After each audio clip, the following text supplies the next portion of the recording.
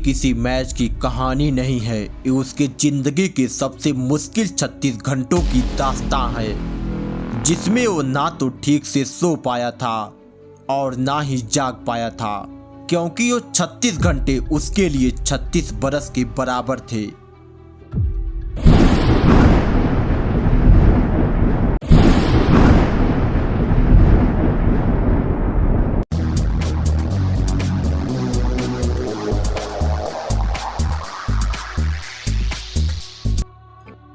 उस शख्स की शक्ल जितनी भयानक थी, उसकी गेंदबाजी बल्लेबाजों के लिए मौत के फरमान के बराबर थी। जो शख्स कभी भारत के सुनसान गलियों में रात 12 बजे घूमा करता था, वही शख्स आज भारत के भगवान को घूरा करता है। और ऐसा हो भी क्यों ना, क्योंकि उसने 2 गेंदों पर लगातार 2 बार सचिन को आउट जो किया था। लेकिन उस बच्चे को कहाँ पता था कि उसका ये जश्न उसके करियर का अंत कर जाएगा। उसको कहाँ पता था उसकी ये खुशी गमों का सैलाब देकर जाएगी। एक कहानी है साल 1998 की कोको कोला कप, जिसमें श्रीलंका, भारत और जिम्बाब्वे टीम इस टूर्नामेंट का हिस्सा होते हैं। इस टूर्नामेंट में जिम्बाब्वे जैसी टीम विश्व चैंपियन श्रीलंका को एक बार नहीं बल्कि 2 बार हराकर फाइनल में दस्तक दे चुकी थी और भारत का मुकाबला फाइनल में जिम्बाब्वे से होना था। लेकिन फाइनल से ठीक पहले भारत जिम्बाब्वे के बीच एक लीग मुकाबला बचा हुआ था। इस मैच और फाइनल से दूर दूर तक कोई नाता नहीं था, परंतु इस मैच में जो हुआ उसने एक जंग की नींव रख दिया। जिम्बाब्वे पहले बैटिंग करते हुए भारत के सामने 209 रनों का टारगेट रखा। भारत इस टारगेट को आसानी से हासिल कर लेता यदि हेनरी ओलंगा नाम का तूफान इस मैच में वापसी नहीं कर रहा होता। हेनरी ओलंगा जिम्बाब्वे का पोस्टर बॉय। ओलंगा अपने पहले ही ओवर में सौरव गांगुली को अपना शिकार बना लिया।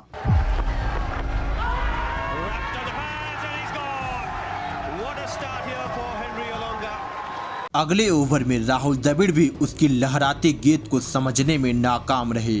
ओलंगा टीम इंडिया को 2 बड़े झटके दे चुका था, लेकिन बावजूद उसकी आंखें किसी बड़े शिकार की तलाश कर रही थी और अब मैदान पर उसके सामने क्रिकेट का भगवान खड़ा होता है और फिर ओलंगा की गेंद।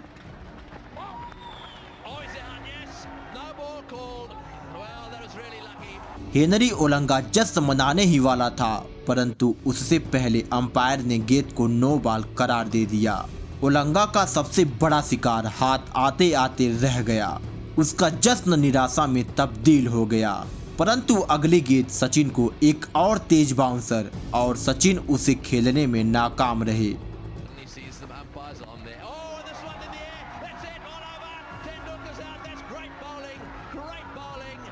ओलंगा ने अपने पहले ही ओवर में गांगुली, दूसरे ओवर में द्रविड़ और फिर तीसरे ओवर में क्रिकेट के भगवान सचिन का शिकार कर लिया। दुनिया का सबसे बेहतरीन बल्लेबाज, जिसका विकेट पाना हर गेंदबाज का सपना होता है, जिसको खेलता देख सबकी आंखें ठहर जाया करती थी, उसी ओलंगा ने 2 गेंदों पर लगातार 2 बार आउट कर दिया। ऐसे में जश्न तो बनता था और हेनरी ओलंगा ने जश्न भी मनाया, साथ में अपने करियर को दांव पर भी लगाया, क्योंकि ओलंगा सचिन को घूर देता है। खुशी जश्न धधकती जवानी के जोश में किया गया। इस सेलिब्रेशन का परिणाम क्या होने वाला है किसी को नहीं पता था। सचिन गुस्से में पवेलियन के लिए रवाना हो जाते हैं। सचिन पवेलियन जाते ही तुरंत ही प्रैक्टिस के लिए चले जाते हैं और वहां जाकर लगातार बाउंसर पर शॉट्स लगाने का प्रयास करने लगते हैं। सचिन ने अगले 1-1.5 घंटे तक लगातार यही प्रैक्टिस किया, क्योंकि अगले 36 घंटों में इस टूर्नामेंट का फाइनल खेला जाना था और सचिन जब तक वापस मैदान पर आए तब तक ओलंगा 4 विकेट ले चुका था और भारतीय टीम 192 रनों पर ऑल आउट हो चुकी थी। ओलंगा के लिए यह मैच यादगार हो गया, क्योंकि ओलंगा पर थ्रोइंग बॉलिंग एक्शन का आरोप लगा था और ओलंगा उस पर सुधार कर वापसी कर रहा था और अपने पहले ही मैच में 4 विकेट ले लिया। साथ में ओलंगा का सचिन को आउट कर करोड़ों भारतीयों को शांत कराने का सपना भी साकार हो गया। दरअसल ओलंगा अपना बॉलिंग एक्शन को सुधारने के लिए भारत देश को चुना था और लगभग उसने 1 साल तक चेन्नई में बिताया था। ओलंगा पूरे दिन प्रैक्टिस में लगा रहता और रात में चेन्नई की गलियों में घूमा करता। इस दौरान उसको एक ही नाम सुनाई दे रहा था। जिस भी गली में घूमता ओलंगा, वह गली इस नाम से गूंजा करती थी।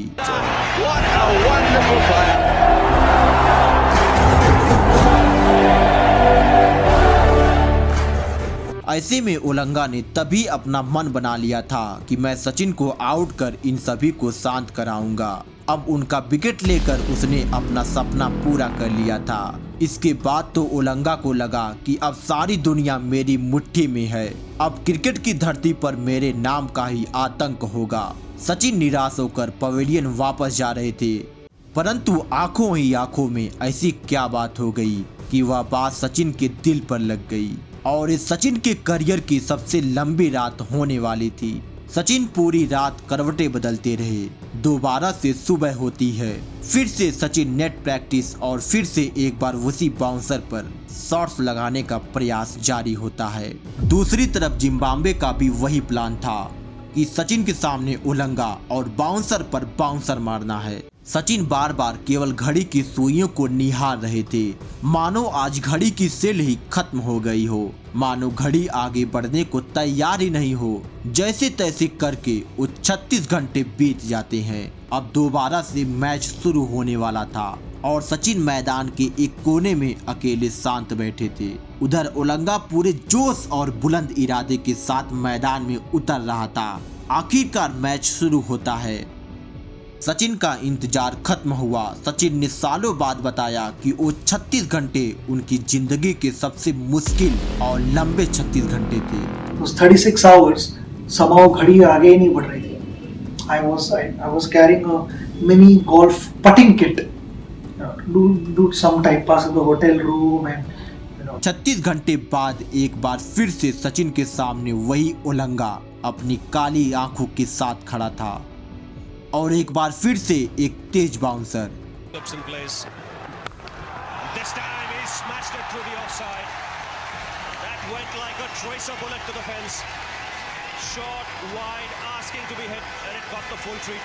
सचिन का ऐसा रूप देखकर लगा आज सचिन हिसाब बराबर करने के मकसद से ही मैदान पर उतरे हैं। उसके बाद मैदान के एक एक कोने में सचिन ने ओलंगा को घसीट घसीट कर चौके मारे।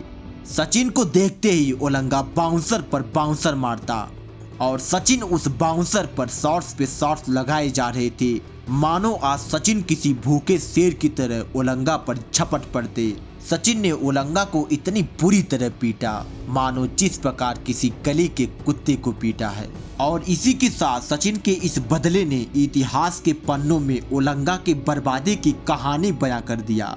ओलंगा जितनी बाउंसर मारता सचिन उतनी ही तेजी से उस पर चौका जड़ते। सचिन का गुस्सा साफ साफ दिखाई दे रहा था। उनकी आंखों में रनों की भूख दिखाई दे रही थी, मानो आज सचिन ओलंगा को ही खाने के मूड में आए हों। सचिन के सामने ओलंगा पूरी तरह से बेबस, हताश, निराश हो चुका था, मानो भगवान से ना मारने की गुहार लगा रहा हो।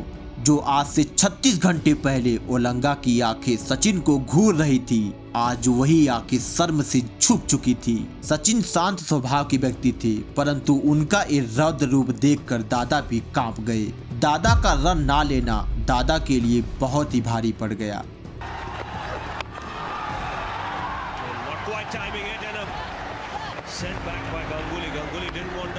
सचिन के आगे दादा की दादागिरी भी आज काम नहीं आई।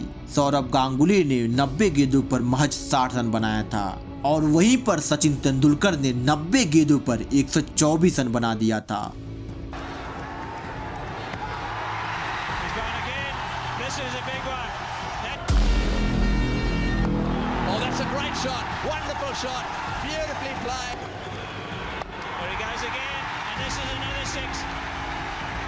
सचिन इस पारी में 12 चौके और 6 छक्के लगाए थे।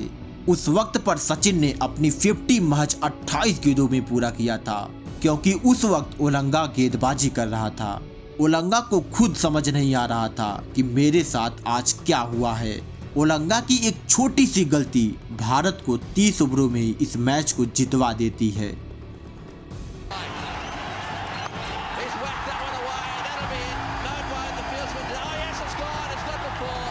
प्रकार मैच खत्म हुआ और ओलंगा का करियर भी खत्म होने के कगार पर आ खड़ा हो गया, क्योंकि सचिन ने उसके साथ जो किया था वो किसी कांड से कम नहीं था। सचिन को आज से पहले ऐसा कभी नहीं देखा गया था। जिम्बाब्वे टीम ने ओलंगा को समझाया कि देख बेटा, कि भगवान यदि कुछ करने की ठान ले तो उसे हम रोक नहीं सकते हैं। हम ही क्या, पूरी दुनिया का कोई भी गेंदबाज नहीं रोक सकता। इसके बाद ओलंगा को अपने ऊपर भरोसा हुआ कि वो भगवान है, वो मेरे साथ क्या, वो दुनिया के किसी गेंदबाज के साथ भी कुछ भी कर सकता है। इसके सालों बाद ओलंगा ने इस बात का जिक्र किया था कि मुझे तो पता भी नहीं था कि मैं सिर्फ जश्न में ऐसा सेलिब्रेशन कर दिया था। मेरा ऐसा कोई मोटिव नहीं था सचिन को आघात पहुंचाने का। My initial goal was to try and bowl well up front, try and get a couple of breakthroughs. You know, they're better a long way down. There wasn't just Tendulkar to contend with. There was also Ganguly and Dravid, and they have a decent top order. So my initial goal was to get a breakthrough, and I was lucky enough to get two. 36 hours somehow घड़ी आगे ही नहीं बढ़ रही थी. I was carrying a mini golf putting kit. When I went out to bat, I said it's either you or me. और यदि ये कहानी पसंद आई हो तो वीडियो को लाइक और चैनल को सब्सक्राइब जरूर कीजिएगा। आपका अपना कीमती समय देने के लिए बहुत बहुत धन्यवाद।